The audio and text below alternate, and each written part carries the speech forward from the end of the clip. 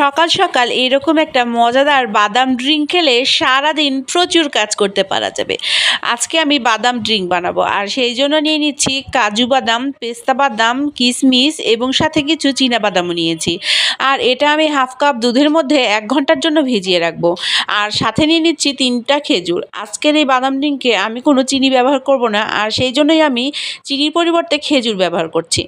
আর এদিকে নিয়ে নিচ্ছি একটা কলা, আর কলার সাথে আমি দিয়ে দিব ওই ভিজিয়ে রাখা দুধ এবং বাদামটা, এবং তা খুব ভালোভাবে ব্লেন্ড করে নিব। দেখতেই পাচ্ছেন কি স্মুথ হয়ে ব্লেন্ড হয়ে গিয়েছে। এর সাথে এখন 1 কাপ দুধ অ্যাড করে দিব আর একটু ব্লেন্ড করে নিব। বাস, তাহলে কিন্তু আমার এই ড্রিঙ্কটা একদম তৈরি। আর উপরে একটু আইসক্রিম দিয়ে দিচ্ছি একটু গার্নিশিংয়ের জন্য, আর সাথে একটু জেলও দিয়ে দিচ্ছি। এখন এটা সার্ভ করার জন্য একদম তৈরি। তো আজকের এই বাদাম ড্রিঙ্কটা কেমন লাগলো বলেন তো? আজ তাহলে আসি।